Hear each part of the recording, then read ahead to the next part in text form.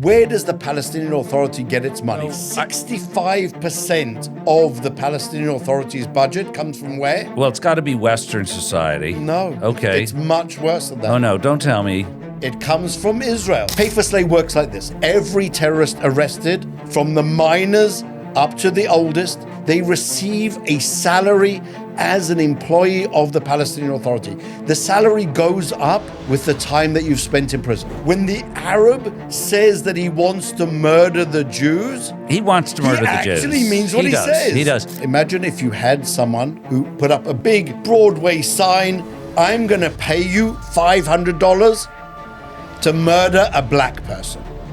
Like, the world would be up in arms. Oh, Who my could God. even imagine that? Yeah. You can't even think about it. I am Israel Ellis, and this is The Unfiltered View, a companion to the wake-up call. Please show your appreciation for this podcast by liking it, sharing it, and following me on IsraelEllis.com and on Substack. I want to ask you a question, just a little bit off topic here, but very related. Something that disturbs me greatly, and I want to make sure I understand it. Pay for slay. The pay for slay policy. Terrorists, they receive a monthly annuity, some for life, if their family members or if someone within their family is involved in a terrorist activity. Is that true? Pay for slay is a subject that I deal with extensively. Let me give you an example. I had a reputation of not being a soft prosecutor. Let's say that as an understatement. I am sitting in plea bargain discussions with one of the defense lawyers that would regularly appear in the courts. He was Palestinian. And nonetheless, I would say that we were friends. We spent a lot of time together. At one stage of my career, I would probably have spent more hours of the day in his company than I would with my wife and children. That's your day of work. And we had one file. We sat down. The head of the prosecution for Judea didn't manage to come to an agreement. They came up to me, and I'm sitting with the lawyer. And I said, listen, let's call him Khalid for all intents and purposes. I said, Khalid, I've looked at the file. I've looked at the evidence. I think we can come to a plea bargain, 52 months in jail. Khalid looks at me and says, I think it's a good offer. It's less than what your other prosecutors wanted. I said, that's fine by me. I think we can live with this. Khalid comes back to me a week later. He said, Maurice, my client has rejected your offer. Okay, no problem. We don't need to have every trial ending with a plea bargain. We can go to trial, but he should understand, no plea bargain. I'm going to go for the maximum sentence possible. I said, Maurice, you didn't understand. What didn't I understand, Khalid? He says to me, my client wants 60 months in jail. I look at him, raise my glasses. What do you mean he wants 60 months in jail? He wants more than I want for him to go to prison. He wants to stay in jail? I said, yes. Try and understand. I didn't understand. I left the army in 2017 and I joined an organization called Palestinian Media Watch. Palestinian Media Watch, I learned about pay for slay. What is pay for slay? What are the different branches of pay for slay? How do we explain now, with the knowledge that I have, the conversation that I had then with Khalid? Pay for slay works like this. Every terrorist arrested, from the minors up to the oldest, are immediately from their day of arrest considered to be employees of the Palestinian Authority. And they receive a monthly, it's not an annuity. It's not an allowance. It's not social welfare. It's called a salary.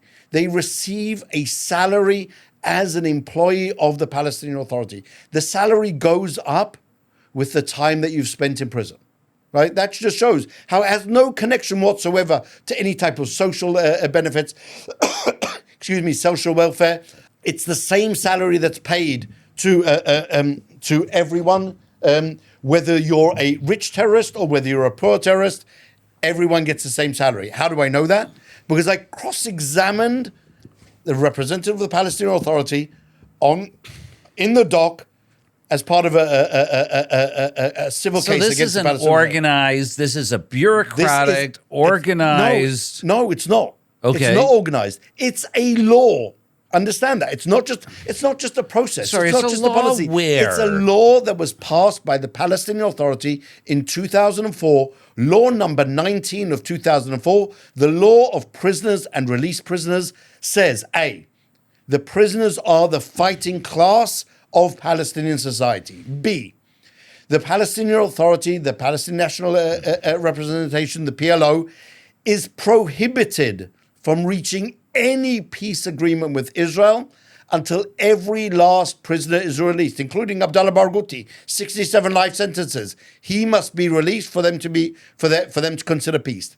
Next, every prisoner without any type of distinction receives a salary. What does that mean without distinction?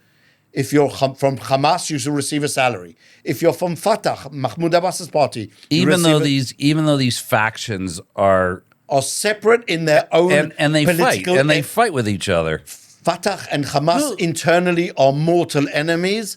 Towards Israel, they are the best of friends. There is nothing, and I don't say this lightly, there is nothing that differentiates between Hamas and Fatah, the PLO, whatsoever, apart from Hamas wants to immediately now murder all the Jews, and the PLO says, we can take it in stages. They have this We're going to plan of murder them. stages. We're going to murder them over time. They have a plan of stages from 1974, which says we will base ourselves on any territory we're given, and then continue on the fight to The destroy dead Israel. terrorists who blow themselves up, they receive Their families. their families receive, like the parents, the brothers, who receives the money. The parents initially. If they don't have parents, then it's the other relatives, and they receive it for the rest of their lives. This is a golden rule. This is law. This is so here with the payments to the salary, or different from the payment of the salaries to the terrorists.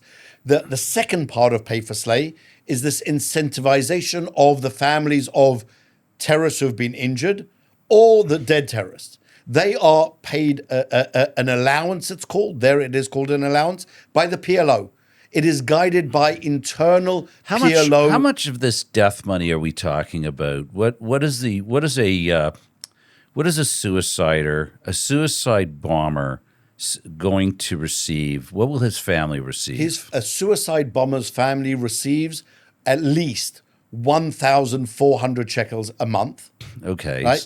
If they were married, then they get an extra bonus for their wife. If they had children, about $500 US, about $500-600 US, greater in some cases than Social Security that a retired person in the US would receive. Let's put it into context. Social Security in the Palestinian Authority is about 650 shekel a month. Okay, so it's more than the Social Security. It pays to go and murder Jews. It pays to slay. It pays to slay. That is exactly it. And hold on. So, and then what happens if you're in jail for 60 months? What do you get? So once you've been, why did he want 60 months? Yeah. There's a differentiation in the laws that they have and the regulations that they have. He was not happy with a reduced sentence. This guy was like, absolutely not. I need 60 months. Because after 60, what happens on the threshold of 60 months? They have different rules. Up to 60 months, you get unemployment benefit for the period that you were in jail. So you went to jail for 3 years, you get 3 years of unemployment benefit. After 5 years, you then get a salary for the rest of your life. Like how much? It depends on how much you were earning when you were in prison. It depends on what job they then put you into from the Palestinian Authority. There's a next step up. The next step up is 10 years, right? If you've been in jail for 10 years, obviously that's the more serious offenders. You get a job, you're automatically given a job from the Palestinian Authority, no matter what. Your only condition for that job is, wait for it, if they actually ask you to turn up, then you have to come. Otherwise, you can just sit at home. You receive a salary of a department manager, depending on the time that you went up, going up to the salary of a minister in the government. This is all documented. All 100% documented. This is evidentiary. This is document. This is understood. And this is affidavits that they themselves, the PLO and the PA, have submitted to the Israeli courts as part of litigation against them for the results of terrorism. Sorry. So as part of litigation, you're actually pointing out to the incentive, the monetization of the act that they did that act, not for ideological reasons, but rather financial gain. Also. Okay. Maurice, we're talking about this. You're a lieutenant colonel in the Israeli army. You're a legal man. Bizarre. That's all I can... I am thinking about this, and I got to tell you something. I feel like I'm in the twilight zone here. Like, what sanity, what insanity is going on here? And I'm going to get to sources of funds in a second because I think that's really, really important. Imagine this, Israel. Imagine if you had someone who put up a big sign, like a big Broadway sign, middle of Toronto. I'm going to pay you, even if it's the minimum salary, $500 to murder a black person. Like, the world would be up in arms. Oh, Who my could God. even imagine that? Yeah. You can't even think about what type of racism. This is despicable. But I don't understand. And yet the Palestinian Authority does exactly that. They put a price on the head of every single Jew. I was under kill a Jew, get rich. I was under the impression that pay for slay was one of the positions of various negotiations that it had to be dismantled. Is pay for slay still a thing today? Pay for slay is 100% still a thing today. It's disgusting. Unfortunately, most of the world ignored pay for slay for over a decade. It was first mentioned, right? When was it first mentioned? In a report of the World Bank from 2008. They pointed to the anomaly of the payments to the terrorist prisoners and the families of the dead terrorists, saying this doesn't fit the criteria of social welfare. I want to get this really for the record completely straight over here for our viewers who are watching today of The Unfiltered View and are out there, especially outside of the echo chamber. And I want you to understand something before you go to protest in favor of Palestinian causes and accuse Israel of genocide. Number one, Israel has a judicial system that is the foundation of any democracy to a fault, that Israel will, in fact, fund the legal defense of terrorism. Number two, it is institutionalized. It is part of the canon of Palestinian law, whether it be Hamas, whether it be Fatah. We're talking Gaza. We're talking in Judea and Samaria.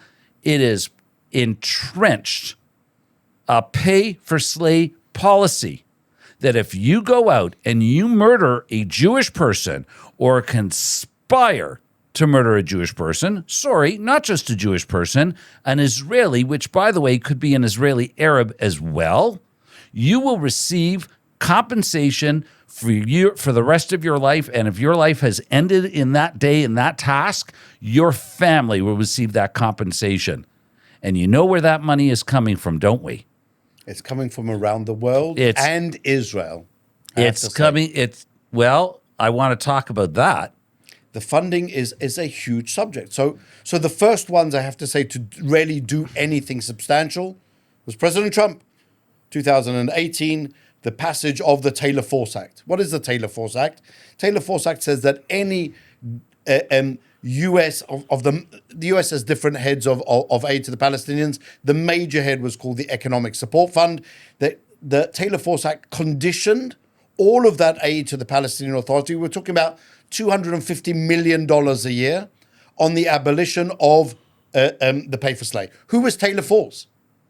Right? People are, well, why is it called the Taylor Force Act? Taylor Force was an American, a war hero, an officer in the U.S. Army who had done tours in Iraq, in Afghanistan. He was walking down the promenade in Jaffa, here on a trip from doing his MBA at Vanderbilt, when a Palestinian terrorist came up and murdered him. He's not even a Jew. He's just a tourist walking along the road, but they don't care. He looked like a Jew. They perceived him to be a Jew. They thought, oh, he looks like a Jew. walking down the road. And so when Taylor's family and Taylor's friends heard about this, they then pushed for the passage of the Taylor Force Act. And the Palestinians had to make a decision. You're Mahmoud Abbas, right? You're the head of the Palestinian Authority. Your whole institution functions on the idea of international contributions. Your biggest contributor is the United States. They say to you, the United States gave more than any other Arab country combined ever. They say to you, all you have to do is choose life or choose death. Choose massive aid, $250 million a year, or choose your death cult of paying salaries to terrorists. Choose pay for slay. What does Mahmoud Abbas do? He chooses pay for slay. He goes on television and says, if I have 1 penny left in the coffers of the Palestinian Authority, I will pay it to the terrorists first. You hear this, grandmothers for Gaza? This is what you're fighting for. When he has to make a choice, do I pay for the welfare, medical treatment for a Palestinian child suffering from cancer, or do I pay a terrorist? He chooses the terrorist. So do I pay the teachers, or do I pay the terrorist? He chooses the terrorist. Do I pay the doctors?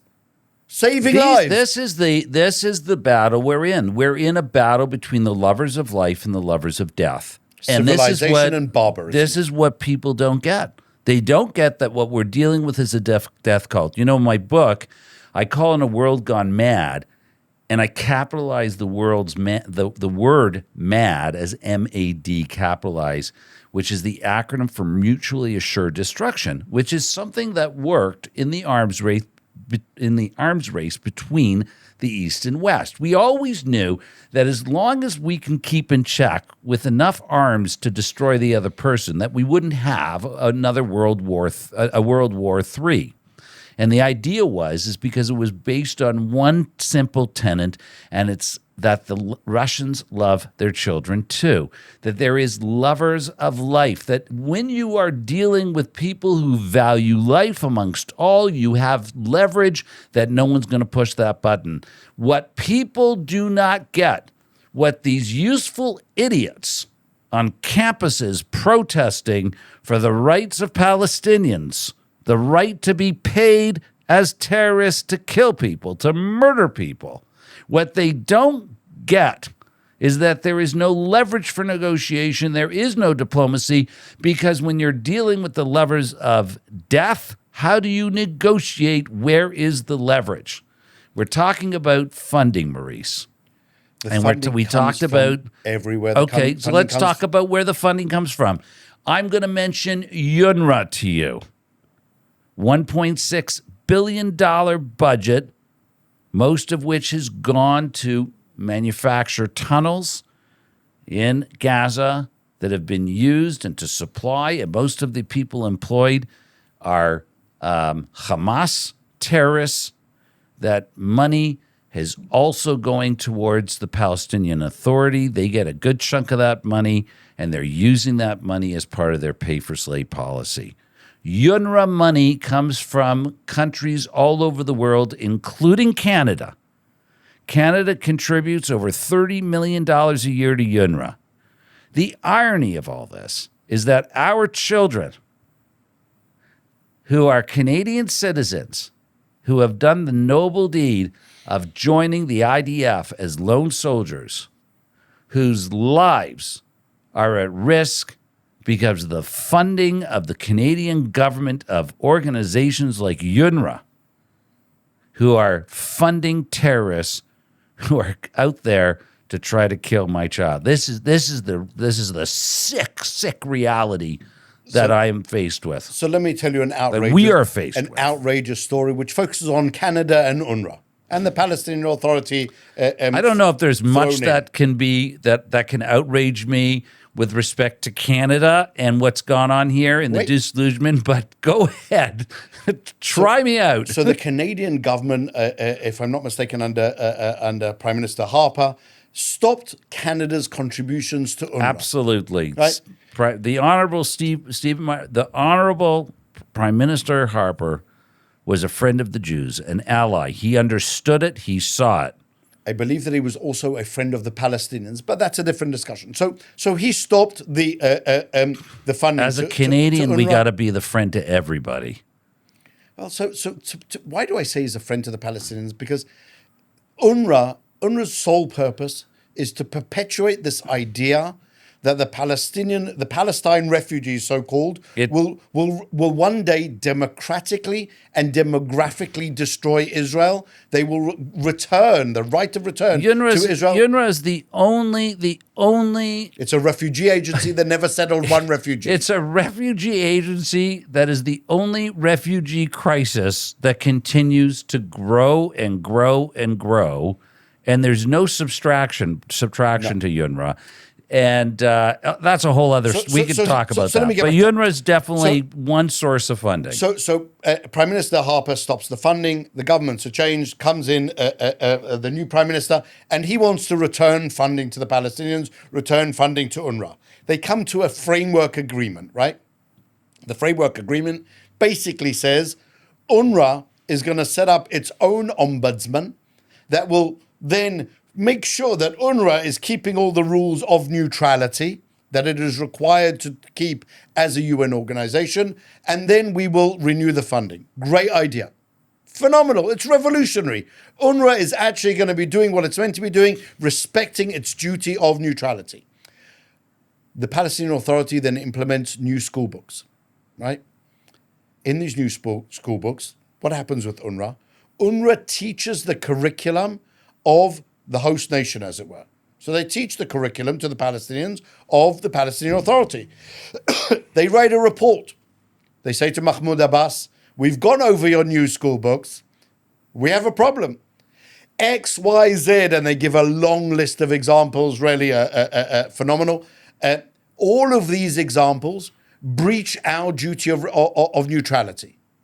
A clear breach of the funding agreement from the Canadian government, and it happened right after the funding agreement, so I would say that it couldn't be simply coincidence. The Palestinian Authority, Mahmoud Abbas, receives the letter, he looks at it and says, I don't care, throws it in the garbage. UNRWA says, but we have a problem. It breaches our neutrality. Mahmoud Abbas says, but I don't care. Mahmoud Abbas says to them, listen well. You people from UNRWA, don't misunderstand. I'm the boss. I decide what happens here. UNRWA says, but it's a problem. Mahmoud Abbas says, no problem at all. We are cutting all relations with UNRWA. And for a month and a half, the Palestinian Authority cut all relations with UNRWA because UNRWA had a problem with the incitement to violence, the incitement to terror, the erasure of Israel, the desire to destroy Israel in the Palestinian Authority curriculum. What happened? UNRWA gave in, capitulated. What did Canada do? Nothing. The government of Stephen Harper stopped funding UNRWA, and then that was picked up by the government of the greatest useful idiot of Hamas, otherwise known as Prime Minister Justin Trudeau. Without question. And you can't even say that he didn't know. Because at the time, I wrote a comprehensive report on this that says, this is the story. This is what's happened. Here's your agreement. Here's the breach of the agreement. Why are you not stopping the funding? So it's not only funding from UNRWA, though. So it's funding for everything. It's funding that goes directly to the Palestinian Authority. What did the Europeans do, when people knock on your door and sell cookies for UNESCO, that's going to pay for Slay, to pay people to kill Jews. I mean, every time you donate all that money coming in, because let's face it, right? Palestinian Authority does not have industry. They do not have a way of, how do they make money? Where's their sustainability come from? So now, as you know from my bio, I now work for the Jerusalem Center for Security and Foreign Affairs. I run a project that's called the Initiative for Palestinian Authority Accountability and Reform. One of the subjects that I delve deeply into is the sources of funding. Where does the Palestinian Authority get its money from? And so here's the breakdown, right? Okay. And this is just unbelievable. You cannot even imagine the levels of stupidity.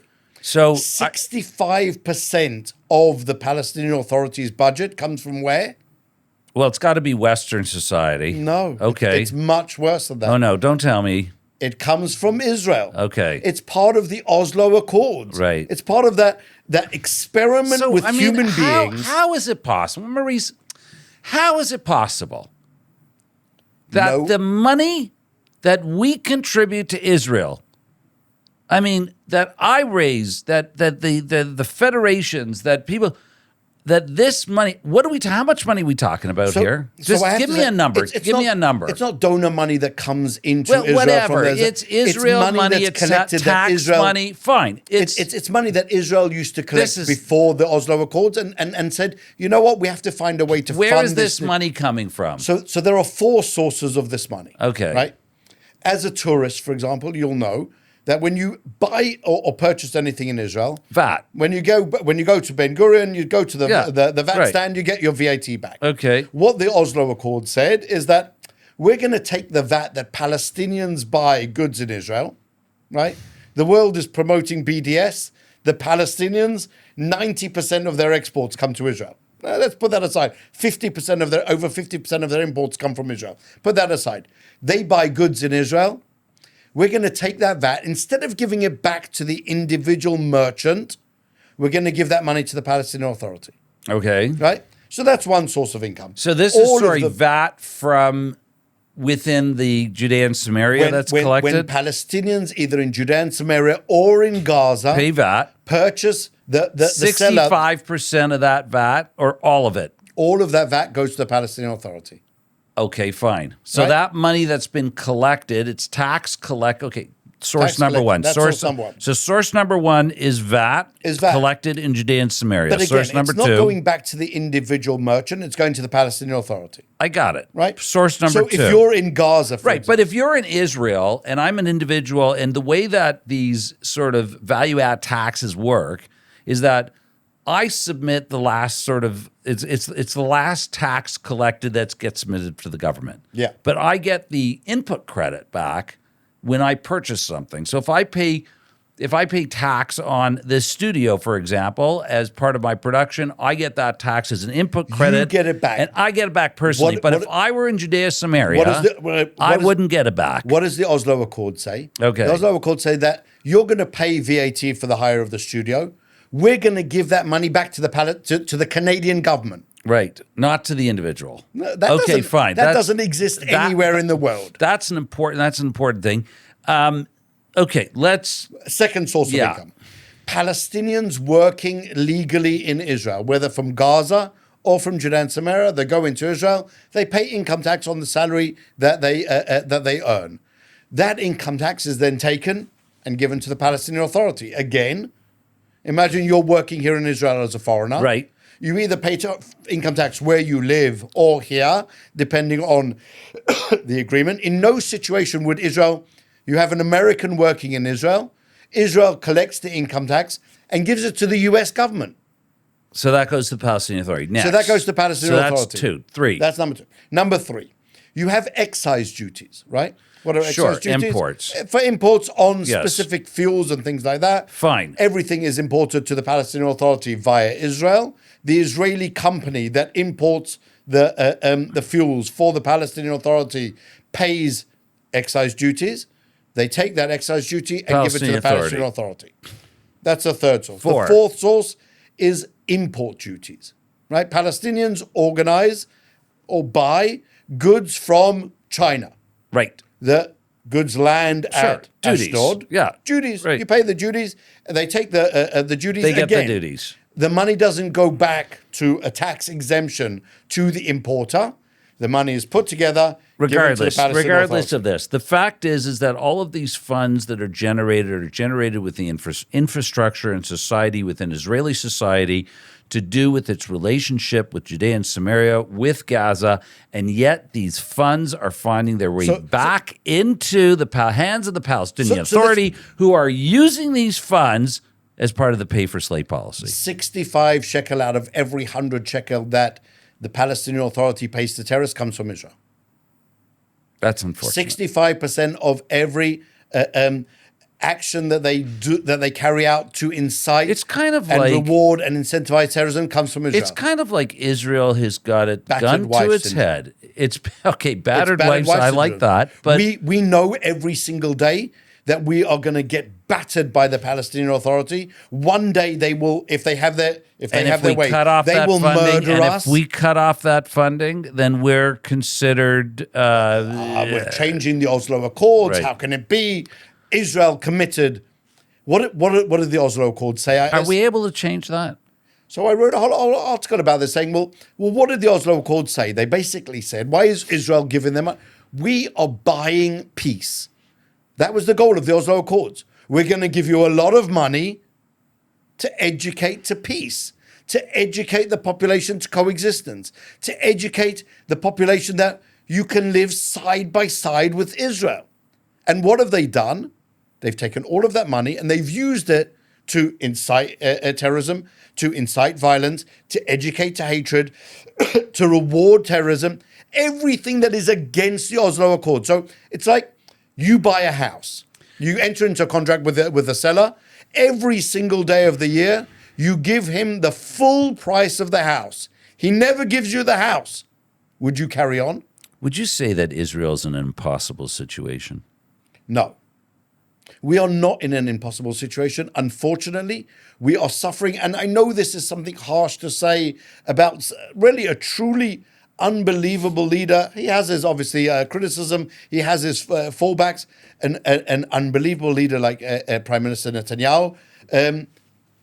He just doesn't have the courage to say the Oslo Accords were a failure and we need to stop. We need to stop them, not only for Israel's benefit, because of the Oslo Accords. Do you think we need a new agreement, a new mandate? We need something different. We cannot, if Israel desires life, we need to change the Oslo Accords. We need to declare them null and void, and we need to move on. This experiment with human life that is the Oslo Accords, it cost Israel over 4,000 people murdered and killed. It cost the Palestinians almost 80,000 people killed because of this terror-fomenting organization, authority that took hold of them. We have done a deal with the devil.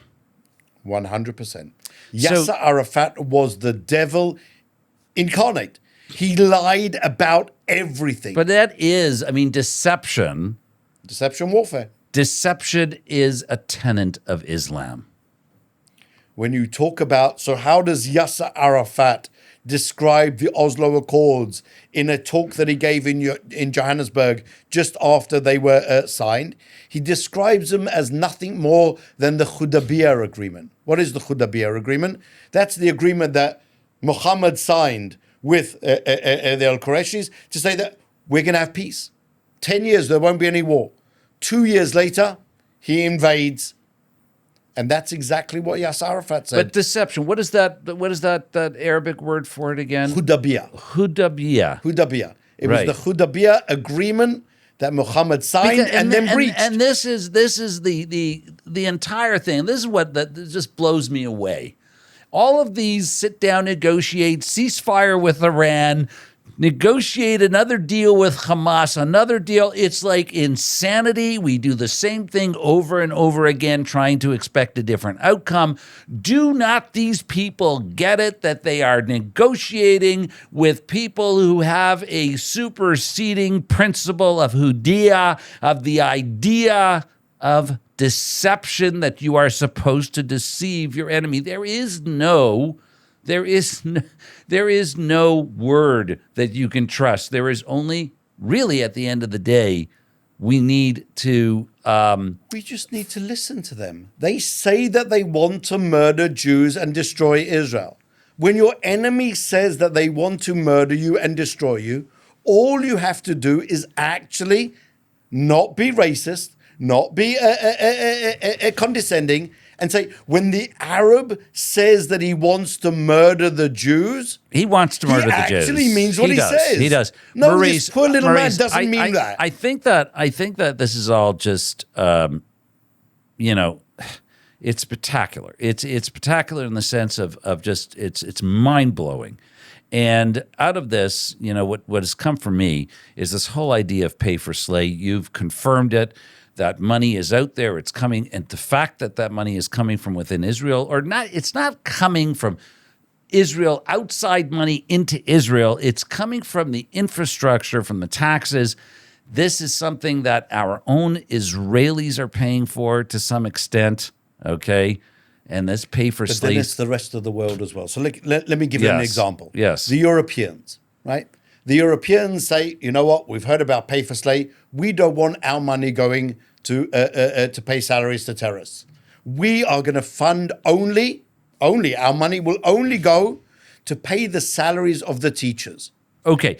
But the money's fungible. That's the point. Yeah. The money's fungible. If you pay salaries to the teachers, then the PA doesn't have to do that. And they can pay the salaries to the terrorists. My name is Israel Ellis, and this is The Unfiltered View, a companion to the wake-up call. This is where truth breaks through the noise. Please, don't be shy. Show your appreciation for this podcast by liking it, sharing it, and commenting on it, and by following me on IsraelEllis.com and on Substack. Thank you for tuning in when you had the choice to tune out.